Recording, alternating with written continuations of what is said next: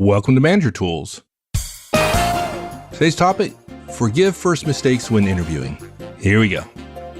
This cast answers these questions. What should I do when a candidate makes a mistake in an interview? Is only one mistake enough to say no to a candidate? What if they make another mistake? Well, if you want answers to these questions and more, keep listening. Folks, don't forget we host over 100 effective manager, effective communications, and effective interviewer conferences, not just in the States, but all over the world. We're in London in late August of 2016. We're in Vancouver, British Columbia in late August. We're in Toronto in September.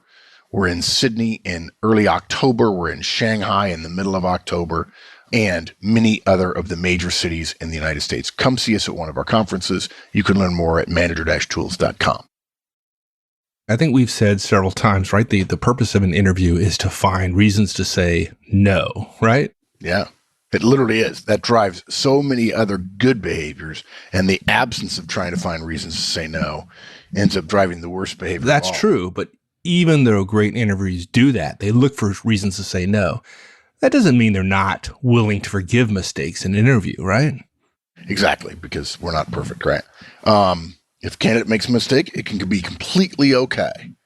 And look, if that happens, the right thing to do is to forgive them verbally, to say, hey, no worries, for all kinds of reasons. So 3 simple pieces of guidance here. Not all mistakes that candidates make are fatal. You know, if they tell a lie, that's more than, we would classify that as more than a mistake, obviously.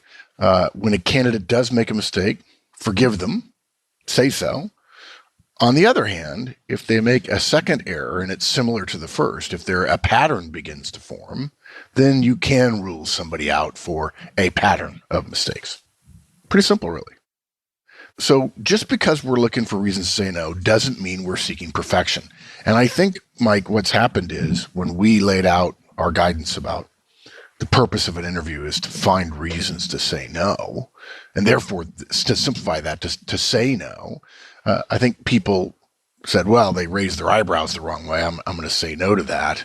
It was people misunderstood that our guidance was in response to the vast majority of people who allow confirmation bias, which flows from I need somebody, to look for reasons to like people. And of course, everybody, I mean, there are rare exceptions, but almost everybody has reasons that a hiring manager would like them.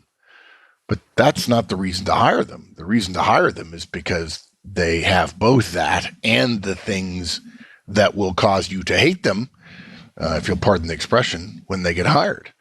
And too many managers hire based on a couple of things that they like and then realize they've hired a package of things, good and bad, and those bad things end up becoming far worse or even just equal to the stuff we want. And we never saw it because we were never looking, because we were looking for positives.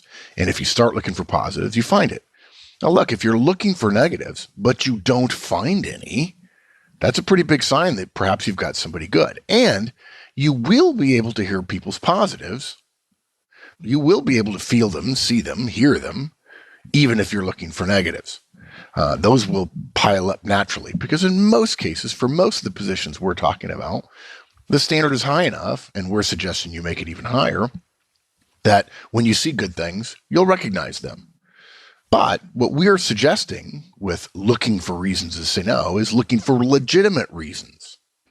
There are plenty of mistakes. I've certainly made them. I made some whoppers when I got interviewed years and years and years ago that really don't necessarily uncover flaws or weaknesses that ought to concern us. Look, it's pretty simple because whomever we're going to hire, right, is going to make mistakes once they're hired. We oughtn't expect them to not make mistakes during an interview. I mean, some mistakes that people make, partially because of the Christmas rule, are completely forgivable. Now, look, guys, we still stand by our guidance. The reason to interview somebody is to find reasons to say no. So it's completely reasonable to see interviews as a crucible where we as hiring managers expect to see the very best of each candidate. We want them to perform exceptionally. And as a general rule, most managers say, I'm going to hire the person who performs most exceptionally. Unfortunately, that's also wrong because they haven't set a minimum standard. And even though the person might be best, they may not be good enough versus the job. And that's because we asked them the wrong questions, but that's another story. Yeah. And we've done a podcast on that before, I think. Oh, we've got a lot of podcasts, of course, about hiring, and the Effective Interviewer Conference, available throughout the country and overseas, as well as on video, and our interview creation tool, which is available for licensees, are both ways to get really good, really fast at this sort of stuff. And look, we want to hear about people's best accomplishments, not their worst, right?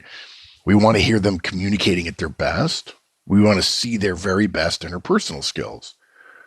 And interviewing is an artificial reality designed to keep people out, but they know they're going to try to be their best and slip through the loophole of, well, okay, we decided to hire you after all because you really impressed us. And look, all things being equal, and of course they never are, we do want to hire the candidate who is the best for us, provided they meet the minimum standard that we have set, as high as it is, for the job. The problem is that having done this, having taught this in hundreds of organizations over the last 25 years, managers mistakenly believe that looking for a no and looking for best means they have to be perfect. And it doesn't have to mean that. And it doesn't have to mean that one mistake rules candidates out. So let me use some examples. There's a difference between, say, forgetting the third part of a lengthy behavioral interview answer and saying, I haven't done that. I mean, it's almost not okay to say I haven't done that if, in fact, the manager, the people who are interviewing, know that the skill you're asking for is a critical one. And since we don't have enough time to interview people as significantly as we would like, every question we ask has a great deal of importance. So if a candidate doesn't have skill in a particular area that we've decided to ask questions about, holy Toledo, we've got a significant problem. But if, on the other hand, Mike asks me a question and I answer it 2/3 very well, and then I say, Mike, I'm so sorry, I forgot the third part of the question. That's a mistake. It's an interviewing mistake, particularly mistakes that are made around the idea of interviewing, not what somebody has done or how well they've done it, but whether or not to close at a certain time or whether it's time to ask questions is not the end of the world and is a forgivable mistake. There's a difference between mixing up a timeline in an interview answer, putting things perhaps out of order, which makes it hard for the recruiter, and having a 30-second answer to tell me about yourself with no ability to go into any more detail. You know, if somebody gets your name wrong, I mean, people call me Mike all the time. Mike, I assume people call you Mark. All the time. Unlike you, though, I take it as a compliment. Yeah. Oh, man. Well, I got no quick good response for that. You are too kind to me, partner. Yeah, I mean, if somebody gets your name wrong, if they call you the wrong name, it's okay. And there's a difference, though, between that, them getting your name wrong, and every interviewer that you have interviewing a candidate saying, yeah, he kept saying my name wrong. Okay. Now, you might choose to overlook that, but I would doubt it. But one person or two people's names getting a little bit wrong in the heat of the moment and then recognizing their error and apologizing for it and getting it right for the rest of the interview, there's a difference. There's a difference between a candidate who spends an entire interview calling your firm Samsung when in fact you're Toshiba, and the one who does it one time and then, again, self-corrects with an apology. Look, here's a specific example of a forgivable mistake versus an important indicator. You ask a manager whom you're interviewing to come be a manager for your firm about a time where he had to coach somebody through working well as part of a team. The answer you get from the manager is about them personally working on their relationship with another person who wasn't a teammate, maybe just a colleague. And it was a good answer, a solid one, appropriate efforts, appropriate effects, and so on. At the end of the answer, you say to the candidate, hey, thanks, but I was really looking for more for your ability to integrate, help somebody integrate with an entire team, because you're going to have to do that with your team because your team that you might be taking over here is fairly fractious. And the candidate blushes, she's embarrassed a little bit and admits to being a little bit chagrined and launches into a great answer to your original question. In my opinion, this is a forgivable mistake. Okay. Manager Tools recommends you write off that first answer. I wouldn't write it off completely. It was a good answer. You learned something. You write off that first answer not as a bad answer to the question you ask, but as a mistake made in the heat of the moment. And look, guys, keep in mind, when you're being the interviewer, it plays to your strengths. It helps you when you think for a moment that you control the interview. You have the power in the interview. The candidate does not, at least until the moment you give an offer. And of course, the definition of offer is when control passes from you, the company, the hiring company, to the candidate. But Horstman's Christmas rule applies to interviewing. It's one of the reasons why our interviewing series, which I think now, Mike, is about 65 different podcasts about how to be interviewed, is such a popular product. Because Horstman's Christmas rule says most people in, we'll say, first world countries that celebrate the Christmas season, the holiday season, would say, yes, that season is important to me. I do a lot of extra things. It's time to be close to family and to celebrate and so on. And they also say, when the last party is over, when we clean up after Christmas, I'm wiped out and I need 2 or 3 days off. And that's because Christmas, like so many other things, and the classic example in the professional world is interviewing, is something that's both A, important to you, and B, you do rarely. And when you do something rarely, you don't improve by leaps and bounds. It is things that you work at, that you put your shoulder to, that you put your nose to the grindstone, that you tough it out, you practice and practice and practice and practice and practice, that you get really good, that you achieve that extra level beyond the point of diminishing returns. If you don't do something very often, you're not going to achieve greatness just naturally. You might be better than a lot of other people because you have good communication skills when it comes to interviewing, but interviews for candidates are like Christmas. And expecting people to go through Christmas, go through a season that's rare and that's important to them, and they can be magically great at it is a mistake. It's an unfair expectation on the part of interviewees. So having a little bit of forgiveness and a little bit of understanding, and recognizing that people aren't perfect, is a better way to be. I like the point you made about the manager, the interviewer, being in charge of the interview. And part of that is creating a tone or an environment in which you can get an accurate assessment of the candidate, and creating an environment where it's just completely artificial and the stress is completely artificial. I mean, you can make anybody fail, right? If you want to, you can make anybody fail, right? Yeah, particularly when you make the interview secretive in some way, and it's an entirely kind of gotcha thing. And 5-10 years ago, those of you who have been around a few years in the professional world know that for a long time there were stories, there still are, but they're a lot less common than they were 5-10 years ago, of companies, famous companies. Google was well known for it. I think Microsoft was as well. Consulting firms often were, where they would ask really unusual questions just to see how you could think. Yeah, something about being the size of a nickel and being in a blender or something. Yeah, exactly. And the idea that you should be able to figure it out, but it gave the interviewer a sense of power.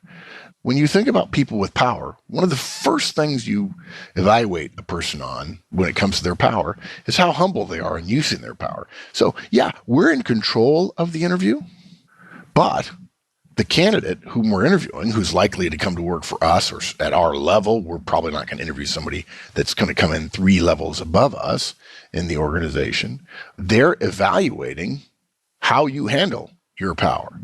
And what would you do in real life if one of your directs made a mistake, a forgivable mistake?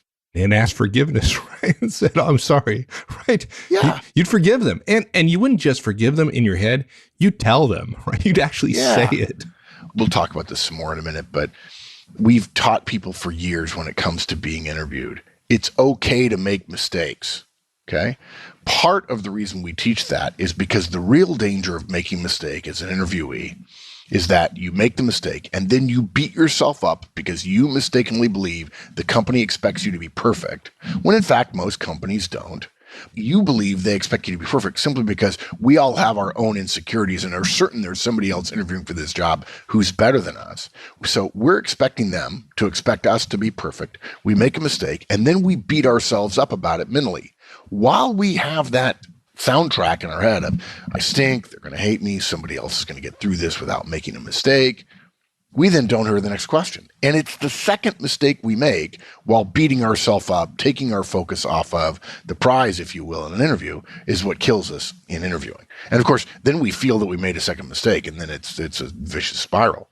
So when a candidate stumbles over a word, when they get part of an answer wrong, when they mix up companies, when they say something dumb that you know they meant X and they say the opposite of X, and then they're afraid, they don't know whether or not they should just say, because they're nervous, whether or not they should just say, I think I said that wrong, I'm sorry. Some are comfortable saying that, some are not. Some want to stand by their answer, even though there's a part of them that knows it's wrong. Don't be afraid to brush it aside verbally. Say something like, hey, no problem, or totally understand, let it go. No big deal. Hey, I think you meant it the other way around. Happens to all of us. Let that go. All good. Or saying something like, if you're Toshiba and they say Samsung, or you're Samsung and they say Toshiba, you say, you mean Samsung, right? And you smile at them. Okay. You could say, just shows me you're human. Happened to me too. No worries. Now, if you don't say that, the perception will be that that is the standard you'll apply to them at work. And managers wonder why people won't try things. People won't volunteer. People won't take the next step. People won't push a little bit. People won't try something they haven't done before. And the reason why is fear of failure. Fear of power and fear of failure are two of the hugest, at times good, but mostly bad emotional themes in the workplace. And it starts when we interview. We make them think they need to be perfect, so they avoid saying anything that might be wrong. They end up getting the job, and you've essentially said, your goal is to be perfect. Don't let me catch you not being perfect. Right. We've talked about eustress and distress before, right? And just like distress is not terribly helpful in the work environment, eustress is, but distress is not. So why would we think that, putting somebody in a situation of a large amount of distress in an interview would result in an effective interview, right? Yeah. And people who are prepared are probably not in a state of distress. We get emails all the time from people who have used the interviewing series who say, the difference was, I don't know if I've got the job, but I know I did my best. And the big reason was I knew I was prepared and I went in there relaxed. And therefore, I believed I was more able to handle a couple of the curveballs. If I'm not prepared, I'm tensed up, I can't handle the curveball. I can't hit the curve. And look, you said it, eustress and distress. Some stress, a little bit of stress is good. It gets us excited. It narrows our focus. It increases our heart rate. We get better breathing.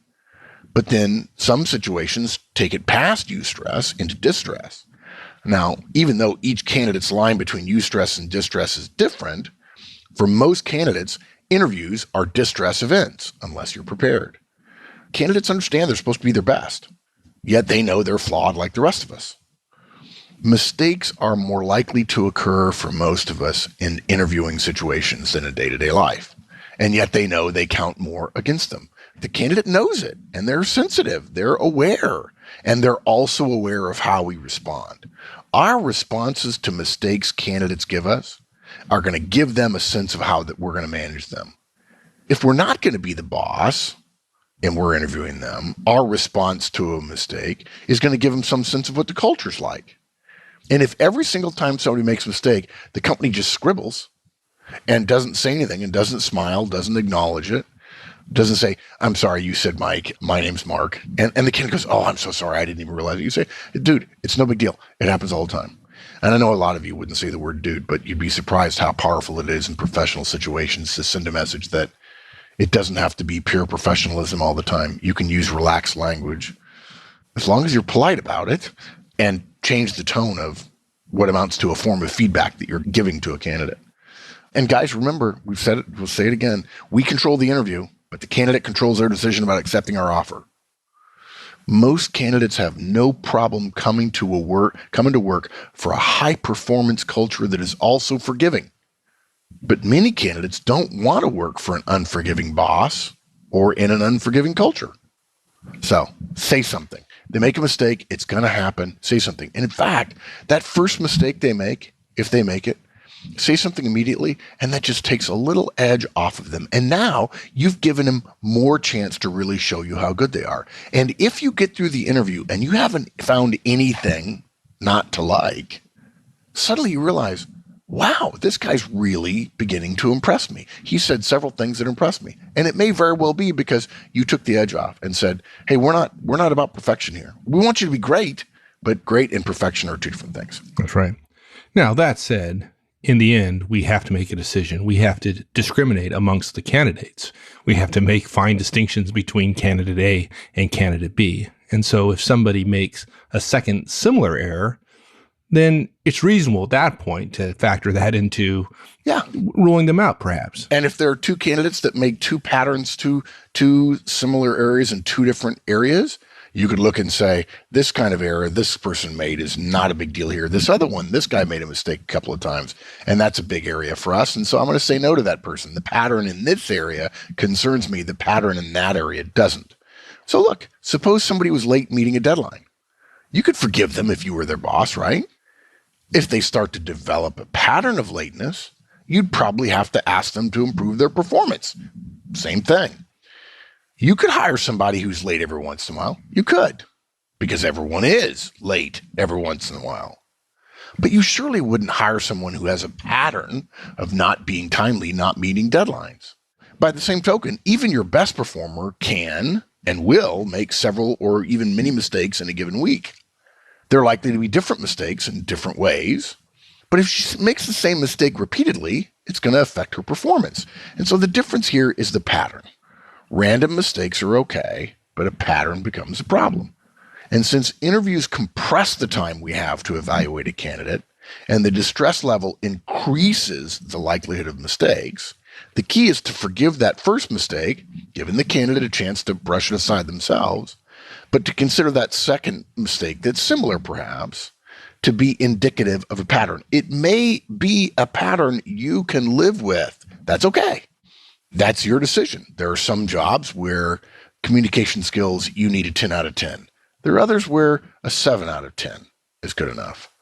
I would love to be able in my next lifetime to convince the software development community that you can't hire a genius coder who has a 3 in communication skills. Good luck with that. Sorry, there is a minimum. And unfortunately, everybody says, oh, guy, he's a genius, but he's impossible to work with.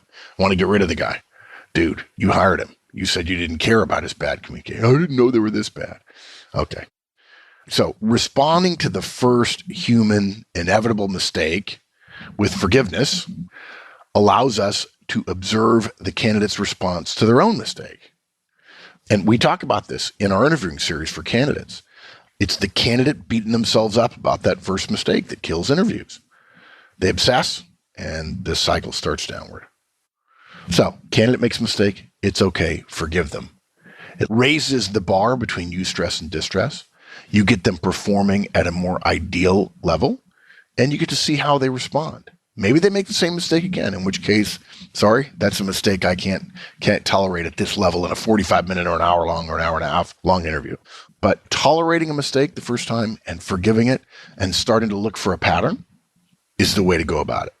When a candidate makes a mistake, and they're going to do it at work, and they self-correct, that can actually be a good sign. So, mistakes are okay, guys. They're inevitable when it comes to interviewing. It's good to forgive, and if it continues to happen, consider saying no. Excellent. All right, my friend. Thank you. Anytime, partner. All right. We'll see you later. Thanks, everyone.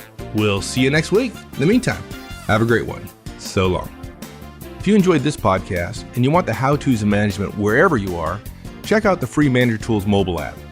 It's available on both iOS and Android devices. Go to the Apple Store or the Google Play Store and download the Manager Tools app. Just search for Manager Tools in the respective store, or go to the Manager Tools website, www.manager-tools.com, and you'll find the links on the bottom of the homepage.